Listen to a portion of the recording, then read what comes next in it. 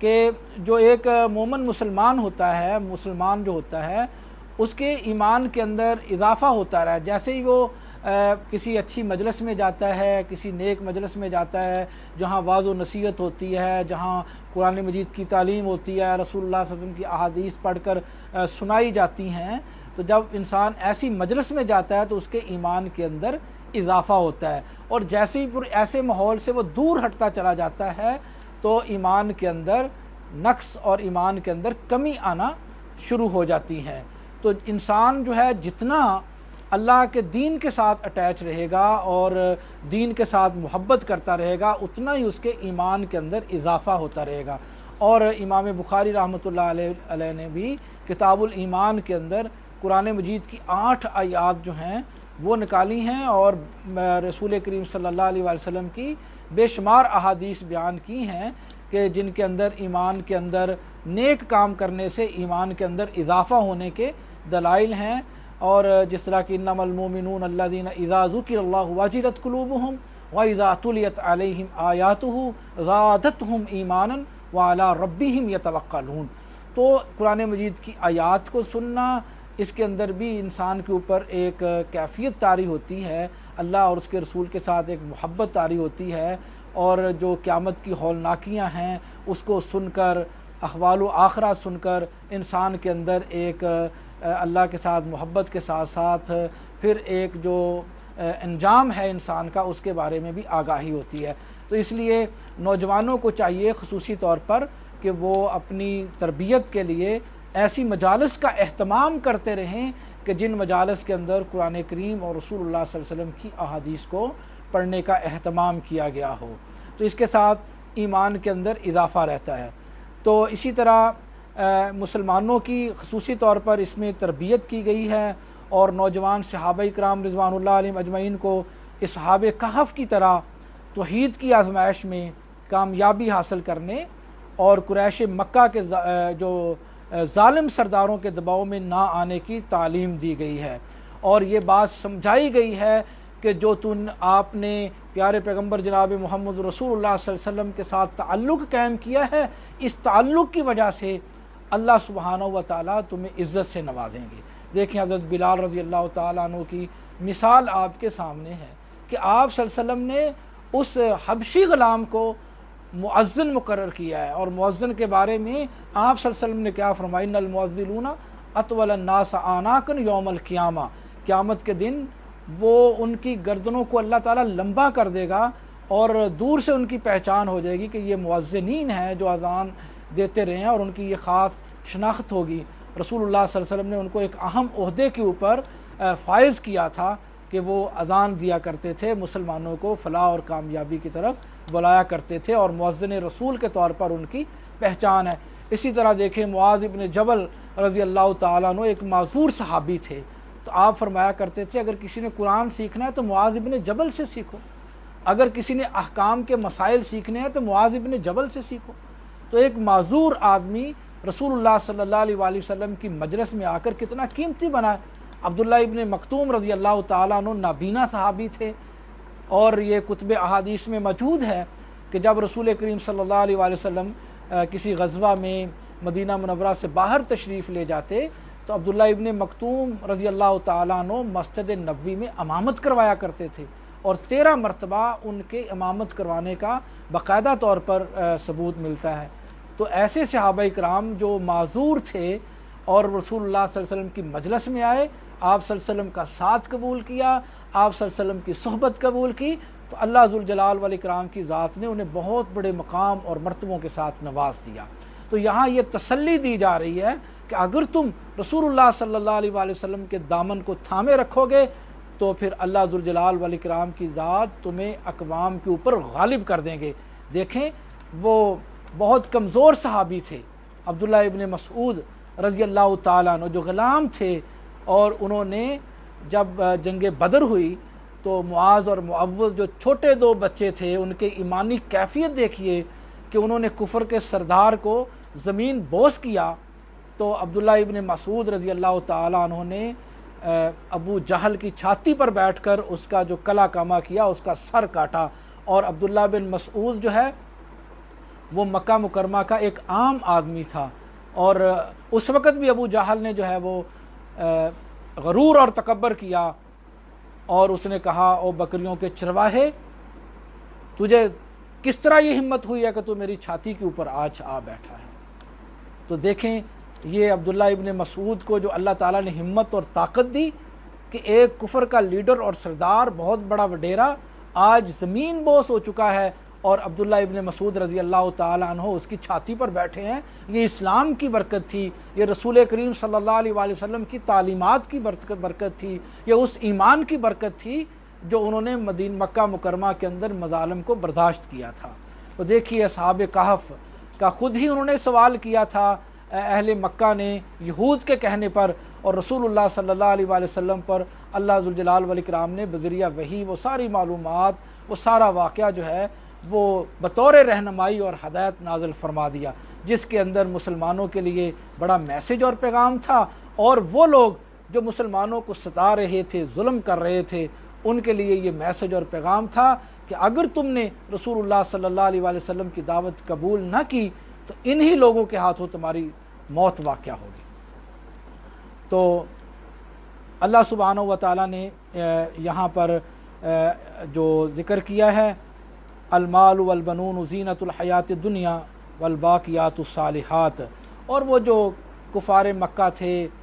ان کے پاس جو مال اور دولت تھا، جو باغات تھے، اس کے اوپر وہ بڑا فخر کرتے تھے، اور اگر کسی کے زیادہ بیٹے ہوتے ان کے اوپر فخر کرتے تھے۔ تو اللہ سبحانہ و تعالیٰ نے یہاں یہ تلقین بیان کی ہے کہ تم اپنے مال اور بیٹوں پر فخر نہ کرو۔ آج تم اپنے بنگلوں پر، اپنے زیورات پر، اپنے مال پر، اور جو تمہارے پاس یہ مال و زر ہے اس کے اوپر فخر نہ کرو، جو اولاد ہے اس کے اوپر فخر نہ کرو، بلکہ یہ تو دنیا کی زینت ہے، والباقیات الصالحات، اور جو چیزیں آخرت میں تمہارے کام آئیں گی وہ تو نیک اعمال ہیں، وہ تمہارے صالح اعمال ہیں، وہ تمہارا نماز پڑھنا ہے، وہ تمہارا زکوٰۃ دینا ہے، وہ تمہارا حج کرنا ہے، وہ صدقہ خیرات ہے، وہ تمہارا اپنے رشتہ داروں کے ساتھ حسن سلوک ہے۔ الغرض جو بھی نیک اعمال ہیں وہ نیک اعمال تمہارے کام آنے والے ہیں، تم ان کی طرف توجہ کرو۔ وہ لوگ جن کی ساری زندگی کی سرگرمیاں صرف دنیا کے لیے تھیں، وہ اعمال کے لحاظ سے زیادہ خسارے میں ہوتے ہیں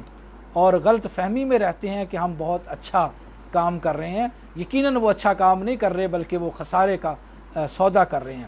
تو اللہ سبحانہ و تعالیٰ نے یہاں احوال قیامت کے سلسلہ میں کئی ایک آیات بیان کی ہیں، اور پھر یہاں پر اللہ سبحانہ و تعالیٰ نے جو آپ کہہ لیں غار والے نوجوان، ان کا جو قصہ بیان کیا، جس طرح کہ میں عرض کر چکا ہوں، اسی طرح اللہ ذوالجلال والاکرام کی ذات نے اس سورہ مبارکہ میں دو ذمہ داروں کے احوال بھی بیان کیے ہیں۔ ایک ایسا ذمہ دار جس کے پاس باغات تھے، کھیتیاں تھیں، اور وہ تکبر کرتا تھا، فخر کرتا تھا، غرور کرتا تھا، اور یہ سمجھتا تھا کہ یہ میرے ہاتھ کی کمائی ہے۔ تو اللہ ذوالجلال والاکرام کی ذات نے اس کے باغ کو، اس کے مال اور دولت کو نیست و نابود کر دیا، یہ واقعہ۔ اور دوسرا باغ والا آدمی جس کے پاس نہ بہت زیادہ مال تھا نہ دولت تھی، چھوٹا سا ایک باغیچہ تھا، وہ مال والا اس کو مذاق کیا کرتا تھا، لیکن جو کم دولت والا آدمی تھا، چھوٹے باغ والا تھا، وہ اللہ سے ڈرنے والا تھا، توحید پرست تھا، موحد تھا۔ اس کی یہ صفات اللہ تعالیٰ نے یہاں بیان کی ہیں، اور وہ اللہ کے راستے میں خیرات کرنے والا تھا، غریبوں کو حق نکالنے والا تھا۔ تو اللہ ذوالجلال والاکرام کی ذات نے اس کی کس طرح حفاظت کی ہے وہ بھی یہاں پر اللہ سبحانہ و تعالیٰ نے اہل ایمان کے لیے، تاکہ اہل ایمان یہ واقعات سن کر قرار پکڑیں، ان کو ایک تسلی حاصل ہو، اللہ سبحانہ و تعالیٰ نے یہاں بیان کیے ہیں۔ اور یہاں پر ایک اہم واقعہ جناب موسیٰ علیہ السلام اور خضر علیہ السلام کا ہے۔ تو اس کے اندر جو اہم میسج اور پیغام ہے، خصوصی طور پر جو اسٹوڈنٹس ہیں یا جو ریسرچرز ہیں، جو تحقیق کرنے والے ہیں اور جو اہل ذوق ہیں، ان کے لیے اللہ تعالیٰ نے یہ میسج اور پیغام دیا ہے کہ علم کے حصول میں جو سب سے پہلی اہم بات ہے وہ صبر ہے۔ اپنے استاذ کے ساتھ، اپنے ٹیچر کے ساتھ آپ کا وہ صبر والا رویہ ہے۔ جب آپ صبر اختیار نہیں کریں گے تو آپ اپنے استاذ اور ٹیچر سے کچھ نہیں سیکھ سکیں گے۔ اور اس کے ساتھ ساتھ استقامت ہے کہ آپ استقامت اختیار کریں اور مسلسل جو ہے اپنے ادارے کے ساتھ، اپنے استاذ کے ساتھ اور اپنے جو آپ کے خیر خواہ ہیں ان کے ساتھ جب تک آپ اٹیچ رہیں گے تو اللہ سبحانہ و تعالیٰ تمہیں وافر حصہ علم میں سے عطا کرتے رہیں گے۔ تو اللہ سبحانہ و تعالیٰ نے یہاں موسیٰ اور خضر علیہ السلام کا یہ واقعہ بیان کر کے صبر اور استقامت اختیار کرنے کی تلقین کی ہے، خصوصی طور پر جو طلباء کرام ہیں ان کے لیے یہ میسج اور پیغام اللہ سبحانہ و تعالیٰ نے دیا ہے۔ اور یقیناً صحیح بات بھی یہی ہے کہ ہمیں دوران تعلیم جو مشکلات آتی ہیں، جو چیلنجز آتے ہیں، جو طالب علم ان مشکلات میں، ان چیلنجز میں صبر اور استقامت کے ساتھ اپنا سبق پڑھتا ہے، ریسرچ اور تحقیق کرتا ہے، اس کے اندر مشکلات برداشت کرتا ہے، تو اللہ ذوالجلال والاکرام کی ذات یقیناً ان کو ہی بلند مرتبہ عطا کرتے ہیں۔ بہت ساری مثالیں پاکستان میں آپ کے سامنے ہیں۔ ڈاکٹر عبدالقدیر خان کی مثال آپ کے سامنے ہے کہ کن مشکلات کے اندر انہوں نے تعلیم حاصل کی، تو اللہ تعالیٰ نے کس قدر اچھا کام ان سے لیا، اور آج ہم جو ایک ایٹمی طاقت کہلاتے ہیں اس کے اندر ان کا ایک بڑا اہم کردار ہے جو انہوں نے ادا کیا ہے، صبر کے ساتھ، استقامت کے ساتھ، اور پھر اس کے بعد جو مشکلات آئیں ان کے اندر وہ کس طرح ان مشکلات کے اندر ڈٹے ہوئے ہیں، اور آزمائش کے ان لمحات کے اندر بھی اللہ تعالیٰ نے انہیں استقامت دے رکھی ہے۔ اس لیے سفر کرنا اور مشکلات اور اس کے اوپر اخراجات برداشت کرنا، اور جو ایک ادارے کے اندر مشکلات ہوتی ہیں ان کو فیس کرنا، چونکہ یہ بات بھی ہمارے پیش نظر رہے کہ ہم ایک غریب ملک ہیں، اور غریب ملک کے اندر بہت سارے مسائل اور چیلنجز ہوتے ہیں، اور خصوصاً نئے جو تعلیمی ادارے ہوتے ہیں، تو پھر ان اداروں کے اندر ان چیلنجز کو قبول کر کے اپنے آپ کو آگے بڑھانا، یہی ایک کامیابی کی علامت ہے۔ تو اللہ ذوالجلال والاکرام نے یہاں موسیٰ اور خضر کا جو واقعہ بیان کیا، یہی ہمیں درس اور میسج دے رہا ہے۔ اس کے بعد ایک اہم واقعہ اللہ سبحانہ و تعالیٰ نے بیان کیا، اور خصوصاً وہ بہت بڑا میسج اور پیغام ہے اہل اقتدار کے لیے، جو مقتدر لوگ ہوتے ہیں، جن کے پاس ریاست ہوتی ہے، جن کے پاس حکومت ہوتی ہے، جن کے پاس جو ہے وہ وسائل ہوتے ہیں، ان کے لیے اللہ تعالیٰ نے یہ واقعہ بیان کیا۔ اور خصوصی طور پر اس کا جو تعلق ہے سیرت رسول صلی اللہ علیہ وآلہ وسلم کے ساتھ، وہ یہ ہے کہ رسول کریم صلی اللہ علیہ وآلہ وسلم کے پاس چونکہ مال اور دولت نہیں تھا، آپ صلی اللہ علیہ وآلہ وسلم تو قرآن مجید میں آپ بے شمار مرتبہ یہ سن چکے ہیں، پڑھ چکے ہیں کہ آپ صلی اللہ علیہ وآلہ وسلم تو یتیم پیدا ہوئے تھے۔ اب وراثت میں آپ صلی اللہ علیہ وسلم کو چند بکریاں ملی تھیں، لیکن اس کے باوجود اللہ ذوالجلال والاکرام کی ذات نے جو آپ کو مقام اور مرتبہ دیا تھا، یہ مقام اور مرتبہ پوری کائنات میں سب سے اعلیٰ اور عرفہ ہے۔ ایک مسلمان کا یہ ایمان اور عقیدہ ہونا چاہیے کہ جتنے انبیاء اور رسل ہیں اور جتنی مخلوقات اس کائنات کے اندر ہیں، سب سے زیادہ اعلیٰ اور عرفہ جو ہیں وہ ہمارے پیارے پیغمبر جناب محمد الرسول اللہ صلی اللہ علیہ وآلہ وسلم ہے۔ وَرَفَعْنَا لَكَ ذِكْرَكَ، اللہ ذوالجلال والاکرام نے آپ کے ذکر کو بلند کر دیا۔ دیکھیں، مشرق ہو، مغرب ہو، شمال ہو، جنوب ہو، اور حالات کیسے بھی ہوں، دھوپ ہو، چھاؤں ہو، بارش ہو اور طوفان ہو، کیسے حالات ہوں، تو مؤذن یہ آواز پکارتا ہے، اشہد اللہ الہ الا اللہ، ساتھ ہی کہتا ہے اشہد ان محمد رسول اللہ، اور یہ دنیا کے تمام کونوں کے اندر یہ صدا جو ہے وہ بلند کی جا رہی ہے۔ اور یہ جغرافیہ دانوں نے اس بات کا حساب لگایا ہے، اور علم جغرافیہ ہمیں بتاتا ہے کہ 24 گھنٹوں میں کوئی لمحہ ایسا نہیں ہے، یہ جو زمین اور آسمان کی یہ جو گردش ہے، یہ جو سورج چاند کی جو گردش ہے، یہ ہمیں بتاتی ہے کہ 24 گھنٹوں کے اندر کوئی لمحہ ایسا نہیں ہے کہ جس لمحے میں دنیا میں سے کسی بھی کونے سے یہ آواز نہ آ رہی ہو، اشہد اللہ الہ الا اللہ، اشہد ان محمد رسول اللہ۔ تو یہ مقام اور مرتبہ اللہ تعالیٰ نے رسول گرامی صلی اللہ علیہ وآلہ وسلم کو عطا کیا ہے۔ یہ مقام ابو جہل کو نہیں ملا، عتبہ کو نہیں ملا، شیبہ کو نہیں ملا، ولید کو نہیں ملا، کیونکہ وہ جٹلانے والے تھے، وہ تکذیب کرنے والے تھے، وہ فخر کرنے والے تھے، غرور کرنے والے تھے، تکبر کرنے والے تھے۔ اللہ ذوالجلال والاکرام کی ذات نے یہ مقام دیا ہے تو ہمارے پیارے نبی جناب محمد رسول اللہ صلی اللہ علیہ وسلم کو دیا ہے، اور آپ کے ماننے والوں کو دیا ہے، جناب ابو بکر رضی اللہ تعالیٰ عنہ کو دیا ہے، جناب عمر کو دیا ہے، جناب عثمان کو دیا ہے، جناب علی رضی اللہ تعالیٰ عنہ کو دیا ہے، طلحہ زبیر کو دیا ہے، ابو ہریرہ کو دیا ہے، عبد الرحمن ابن عوف کو دیا ہے۔ اور یہ مقام ایسے صحابہ اکرام رضوان اللہ علیہ مجمعین کو دیا ہے جو آپ صلی اللہ علیہ وسلم کے ساتھ محبت کرنے والے تھے، پیار کرنے والے تھے۔ رضی اللہ عنہم ورضوا عنہ ذالک لمن خشی ربہ، یہ سرٹیفکیٹ کسی اور کو نہیں دیا گیا، یہ صحابہ اکرام رضوان اللہ علیہ اجمعین کو دیا گیا ہے۔ الصحابۃ کلہم عدول، یہ جو امت نے سرٹیفکیٹ دیا ہے یہ صحابہ اکرام کو دیا ہے۔ اس کے پیچھے کیا تھا؟ دیکھیں، استقامت تھی، صبر تھا۔ جناب بلال حبشی رضی اللہ تعالیٰ عنہ کے حالات پڑھیے، عبد الرحمن ابن عوف رضی اللہ تعالیٰ عنہ کے حالات پڑھیے کہ کن حالات کے اندر انہوں نے ہجرت کی ہے، اور آج وہ مقام بھی ہے کہ 1300 اونٹ غلے اور اناج کے ساتھ بھرے ہوئے، اگر ایک اونٹ جو ہے وہ مکہ مکرمہ میں داخل ہو رہا ہے تو آخری اونٹ شام کی منڈی سے نکل رہا ہے۔ اتنے لمبی اونٹوں کی قطاریں ہوا کرتی تھی دنیا کے اندر۔ کیسر و کسرا سے زیادہ اگر دولت اللہ تعالیٰ نے دی ہے تو آپ صلی اللہ علیہ وسلم کے غلام جناب عبد الرحمن ابن عوف رضی اللہ تعالیٰ عنہ کو دی ہے، اور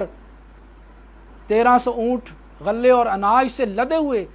آج مدینہ کی بستی کے اندر داخل ہو رہے ہیں۔ حضرت عائشہ رضی اللہ تعالیٰ عنہ فرماتی ہیں، غلام ان کا پاس بیٹھا ہوا کہ غلام مجھے یوں لگ رہا ہے جیسے آج مدینہ کی بستی کے اندر زلزلہ آ گیا ہے۔ تو وہ کہتا ہے، اماں جان زلزلہ نہیں پایا بلکہ آپ کے غلام عبد الرحمن ابن عوف کے 1300 اونٹ غلے اور اناج کے ساتھ لدے ہوئے مدینہ کی بستی کے اندر داخل ہو رہے ہیں۔ تو عبد الرحمن ابن عوف رضی اللہ تعالیٰ عنہ کے بارے میں حضرت عائشہ رضی اللہ تعالیٰ نے یہ خوشخبری سنائی کہ میں نے خود رسول کریم صلی اللہ علیہ وآلہ وسلم سے سنا کہ یہ عبد الرحمن قیامت کے دن خوشی کی چھلانگیں لگاتا ہوا جنت میں داخل ہوگا۔ جب یہ خوشخبری سنی وہ دوڑ کر عبد الرحمن ابن عوف کے پاس گیا، کہنے لگا، حضرت میں نے اماں جان حضرت عائشہ رضی اللہ تعالیٰ عنہ سے یہ خوشخبری سنی ہے۔ تو حضرت عبد الرحمن ابن عوف رضی اللہ تعالیٰ عنہ کیا کہتے ہیں، بھائی مقصد جنت حاصل کرنا ہے، مقصد جنت کا حصول ہے، اللہ تعالیٰ کی رضا اور رحمت ہے، یہ 1300 اونٹ غلے اور اناج سے لدے ہوئے میں نے کیا کرنے ہیں، جاؤ اس کو مدینہ کی بستی کے اندر غربا اور مسکینوں یتیموں کے اندر تقسیم کر دو۔ سب سے زیادہ دولت مند آدمی کن حالات میں ہجرت کرتا ہے؟ اللہ ذوالجلال والاکرام نے تجارت کی برکت سے عبد الرحمن ابن عوف کو مالا مال کر دیا ہے۔ تو ایسے صحابہ اکرام رضوان اللہ علیہم اجمعین تھے۔ تو حضرات یہ تذکرہ درمیان میں آ گیا، تو بتانا میں یہ چاہتا تھا کہ وہ جو ذوالقرنین بادشاہ تھا، اللہ تعالیٰ نے اس کو اتنی بڑی سلطنت دی تھی۔ اہل مکہ کے سرداروں کے لیے اللہ تعالیٰ نے کیسا وہ واقعہ بیان کیا ذوالقرنین بادشاہ کا، خود ہی وہ سوال کر بیٹھے کہ بتاؤ جی یہ ذوالقرنین کون ہے؟ تو اللہ تعالیٰ نے بذریعہ وحی رسول اللہ صلی اللہ علیہ وسلم کو وہ ذوالقرنین کا واقعہ بھی بتا دیا کہ وہ ذوالقرنین جس کی مشرق سے مغرب تک حکومت تھی، اور وہ کیسا حکمران تھا، کیسی اللہ تعالیٰ نے اس کو سلطنت دی تھی، اس کے ساتھ ساتھ وہ موحد تھا، توحید پرست تھا، ایک اللہ کے اوپر ایمان لانے والا تھا، اور پھر اس نے جو خیر کے کام کیے اللہ ذوالجلال والاکرام کی ذات نے فرما دیا کہ اللہ تعالیٰ نے اس کو وَآتَيْنَاهُ مِن كُلِّ شَيْءٍ سَبَبًا، ہر طرح کے اسباب اور وسائل اس کو دے رکھے تھے، اور وہ واعظ و نصیحت کرنے والا تھا، مبلغ تھا، مال و دولت کی حرص سے پاک تھا، اور وہ مظلوم قوم کو، جو مظلوم قوم تھی اس کی مدد کرنے والا تھا۔ یعنی یاجوج اور ماجوج یہ بڑے شرارتی لوگ تھے، ظالم لوگ تھے، ان کے حملوں سے محفوظ کرنے کے لیے انہوں نے دیوار بنائی تھی۔ وہ اس طرح کے خیر خواہی کے نیک کام کرنے والا تھا، اور ذوالقرنین کے پاس دماغ بھی تھا، ٹیکنالوجی بھی تھی، اور وہ مقامی لوگوں سے مدد لے کر انہوں نے جو دیوار بنائی وہ انسانی خدمت کی ایک بہترین مثال ہے۔ وہ کافروں کے شر سے بچنے کے لیے دماغی ذہن، عقلی وسائل کے استعمال کے ساتھ ساتھ جسمانی، مادی اور روحانی وسائل بھی ہونے چاہیے۔ تو یہ ہمیں ذوالقرنین کے جو واقعہ اس سے نصیحت حاصل ہوتی ہے کہ آج جو ہم غرور اور فخر تکبر کے اندر ہیں، ہمارے سامنے وہ ذوالقرنین بادشاہ کی مثال بھی ہونی چاہیے کہ جس کے پاس اتنا مال دولت تھا، اتنی بڑی حکمرانی تھی، کہ اس کے باوجود وہ اللہ کے سامنے عاجزی اور انکساری کرنے والا تھا، اپنے آپ کو عوام کی خدمت کے لیے وقف کرنے والا تھا۔ تو مولانا ابوالکلام آزاد رحمۃ اللہ علیہ نے ترجمان القرآن کے اندر جو ایک حکمران کی ذمہ داریاں ہیں وہ اس واقعہ کی تناظر میں ایک پوری فہرست جو ہے وہ بیان کی ہے۔ تو عزیز سامعین محترم، اسی سورہ میں اسی سپارہ میں سورہ ابراہیم ہے، سورہ مریم ہے جو بہت اہم صورت ہے۔ اس کے اندر اللہ ذوالجلال والاکرام نے انبیاء اکرام کی جو دعوتی زندگی ہے جو ان کا جو منہج ہے، اس کا جو طریقہ کار ہے، اس کو بیان کیا ہے، خصوصاً وذکر فی الکتاب مریم، وذکر فی الکتاب ابراہیم، وذکر فی الکتاب موسیٰ، وذکر فی الکتاب اسماعیل، وذکر فی الکتاب ادریس۔ یہ اسلوب اللہ تعالیٰ نے اختیار کیا ہے، اور خصوصی طور پر نماز اور زکوٰۃ کی فرضیت حضرت اسماعیل علیہ السلام سے ثابت کی ہے، اور فرمایا کان یأمر اہلہ بالصلاۃ والزکوٰۃ۔ کیونکہ حضرت اسماعیل علیہ السلام کا تعلق قریش مکہ کے ساتھ تھا، ان کو یہ تعلیم اور تبلیغ دی گئی ہے کہ دیکھیں حضرت اسماعیل علیہ السلام بھی اللہ سے ڈرنے والے تھے، نیک آدمی تھے، وہ بھی نماز کا اور زکوٰۃ کا حکم دیا کرتے تھے، اور حضرت عیسیٰ علیہ السلام سے بھی نماز کے بارے میں جو واعظ اور نصیحت ہے وہ اس سورہ میں ملتی ہے۔ اور اہم جو سورہ مریم میں حضرت ابراہیم علیہ السلام کا اپنے والد کے ساتھ جو مکالمہ ہے، جو ڈائیلاگ ہے، وہ بہت خوبصورت انداز میں اللہ تعالیٰ نے یہاں بیان کیا، وذکر فی الکتاب ابراہیم انہ کان صدیقا نبیّا، اور وہ سچے نبی تھے۔ ان کا جو اپنے والد کے ساتھ ایک لطیف اور ایک کہہ لیں مشفقانہ انداز کے اندر، اور ایک جو ہمدردانہ خیرخانہ انداز کے اندر حضرت اپنے باپ کو جو ان کی میسج ہے، پیغام ہے، اس کے بارے میں یہاں بتایا گیا ہے۔ تو عزیز سامعین محترم، طلباء و طالبات، تو یہ سورہ الکہف کا جو میسج بہت آفاقی ہے، ہمیں اس کو پڑھنا بھی چاہیے، اور پھر ہمیں اس کو آگے مزید پھیلانا بھی چاہیے۔ اللہ سے دعا ہے اللہ تعالیٰ صحیح معنوں میں ہمیں اپنا مطیع اور فرما بردار بنائے۔ وآخر دعوانا ان الحمد للہ رب العالمین۔